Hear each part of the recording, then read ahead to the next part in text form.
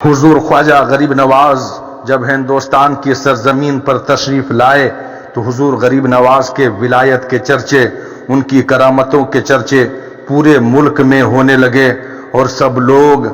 حیران و پریشان نظر آنے لگے۔ جو کسی بھی دھرم کا پیشوا تھا، رہنما تھا، وہ گھبرا گیا کہ یہ فقیر جو انہیں دیکھ لیتا ہے وہ کلمہ توحید لا الہ الا اللہ محمد الرسول اللہ پڑھ کر کے مشرب اسلام ہو جاتا ہے۔ یہ جس گلی کوچے سے گزرتے ہیں، جس قریہ قصبہ شہر سے گزرتے ہیں، جو انہیں دیکھ لیتے ہیں، جو ان کے قریب چلے آتے ہیں، وہ سارے کے سارے ان پر فریفتہ ہو جاتے ہیں اور کلمہ توحید پڑھ کر کے مسلمان ہو جاتے ہیں۔ پورے ملک کے ہر ایک شہر میں جتنے راجا تھے سب پریشان ہو گئے اور سب تدبیریں کرنے لگے کہ کسی طریقے سے اس فقیر کو روکا جائے اور اس فقیر کو اسلام کی تبلیغ کرنے سے منع کیا جائے۔ مگر جب دیکھا کہ بڑے بڑے جادوگروں کی جادوگری ختم ہو گئی، بڑے بڑے لڑنے والوں کی لڑنے کی چھمتا ختم ہو گئی اور وہ سارے کے سارے لوگ ناکام رہے، تو سب لوگ جو ہے پرہیز کرنے لگے۔ حضور خواجہ غریب نواز 40 مریدوں کے ساتھ تشریف لے جا رہے تھے۔ ایک جگہ ہے ہندوستان کا شہر جو پرانا نام سمانہ ہے اور نیا نام آج کا پٹیالہ ہے۔ اس شہر سے جب گزر رہے تھے تو ایک جگہ قیام کیا تمام مریدوں کے ساتھ، اور سارے راجا جو ملک کے تھے سب میں یہ بات پھیل گئی تھی کہ جو شخص اس فقیر کو دیکھ لیتا ہے وہ اس کا دیوانہ ہو جاتا ہے اور شیدائی ہو جاتا ہے اور اسلام کے دامن سے وابستہ ہو جاتا ہے اور کلمہ پڑھ کر کے مسلمان ہو جاتا ہے۔ سارے راجا اس پلاننگ میں تھے کہ کس طریقے سے اس فقیر کو روکا جائے، ہلاک کر دیا جائے یا قتل کر دیا جائے، یہ اس ملک سے باہر کر دیا جائے۔ جب سمانہ کی سرزمین پر ایک درخت کے نیچے حضور غریب نواز 40 مریدوں کے ساتھ، جس میں حضرت سیدنا قطب الدین بختیار کاکی بھی ہے، حضرت فخر الدین گردیزی بھی ہے، حضرت سیدنا یادگار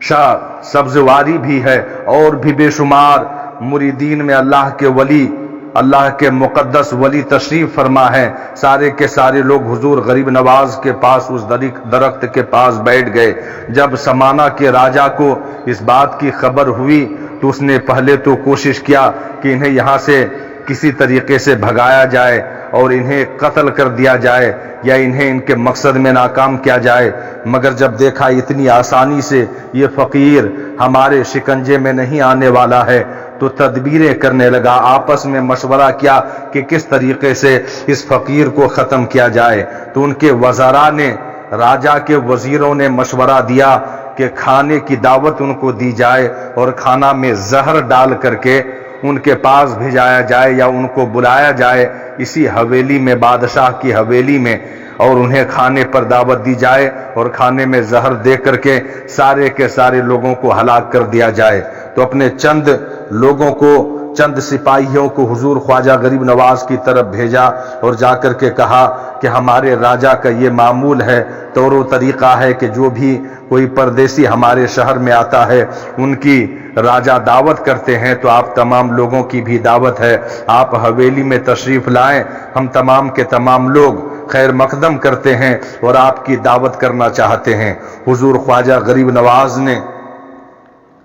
فرمایا کہ دیکھو دعوت تو میں قبول کر لوں گا، کیونکہ دعوت قبول کرنا سنت رسول ہے اور میں دعوت قبول کرنے سے انکار نہیں کر سکتا، مگر ہم فقیر لوگ ہیں، ہم کسی کے دربار میں نہیں جایا کرتے ہیں، ہم یہیں رہیں گے اور کھانا بنوا کر کے تم یہاں بھیجوا سکتے ہو، ایسے تمہاری دعوت میں قبول کرتا ہوں، اور سارے لوگ قبول کرتے ہیں۔ حضور خواجہ غریب نواز نے جب فرمایا تو وہ شخص، چند جو سپاہی آئے ہوئے تھے راجا کے، وہ واپس گئے اور سمانہ کے راجا کو ساری باتیں جا کر کے کہا کہ وہ حویلی میں تو نہیں آئیں گے مگر دعوتیں قبول کر لیا ہے، ہم لوگوں کا کام تو بن جائے گا، کھانے میں ہی تو زہر ملانا ہے اور زہر ملا کر کے ان کو کھلانا ہے جس سے وہ سارے کے سارے لوگ ہلاک ہو جائیں گے۔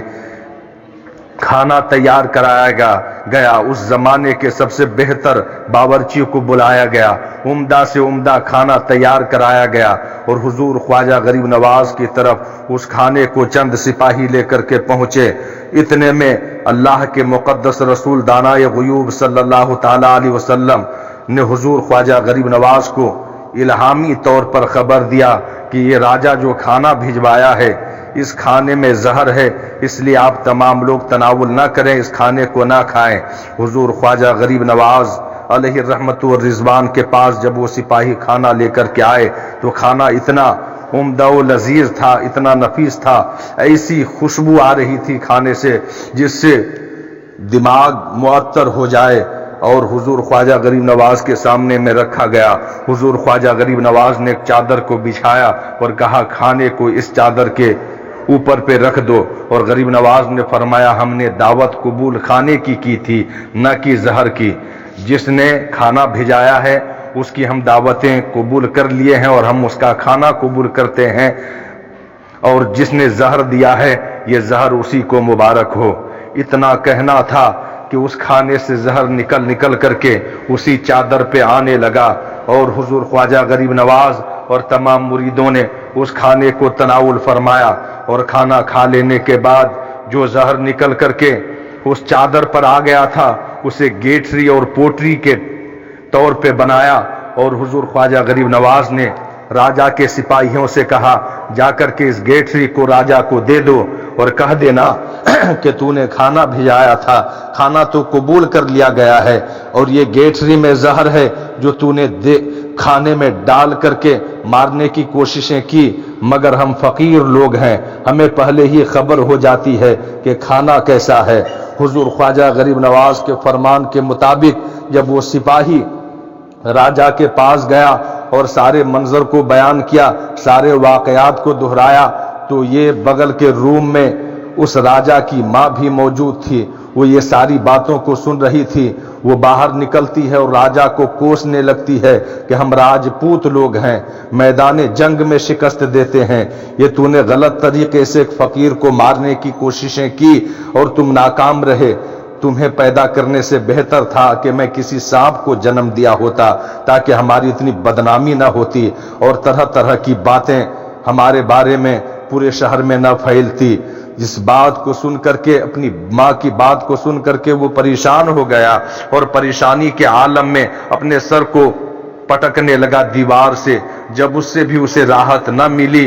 تو اس راجہ نے وہ جو زہر پوٹری میں حضور خواجہ غریب نواز نے بھجوایا تھا اس زہر کو کھا لیا، اور تھوڑی ہی دیر کے بعد اس راجہ کا انتقال ہو گیا، وہ مر گیا۔ اس سے پتہ چلتا ہے کہ جو اللہ کے ولی ہوتے ہیں اللہ تبارک و تعالیٰ ان کو اتنی قوت و طاقت دیتا ہے کہ وہ زمانے کے بڑے بڑے راجاؤں کو، بڑے بڑے بادشاہوں کو کیفر کردار تک پہنچا سکتے ہیں۔ حضور خواجہ غریب نواز کی ذات اقدس ایسی ذات اقدس ہے، جب اس کرامت کو سمانہ کے لوگوں نے دیکھا تو جوک در جوک پورے شہر سے لوگ آتے گئے اور حضور خواجہ غریب نواز کے مقدس ہاتھ پر اسلام کو قبول کرتے گئے۔ تاریخ میں آتا ہے کہ سمانہ کی سرزمین پر 700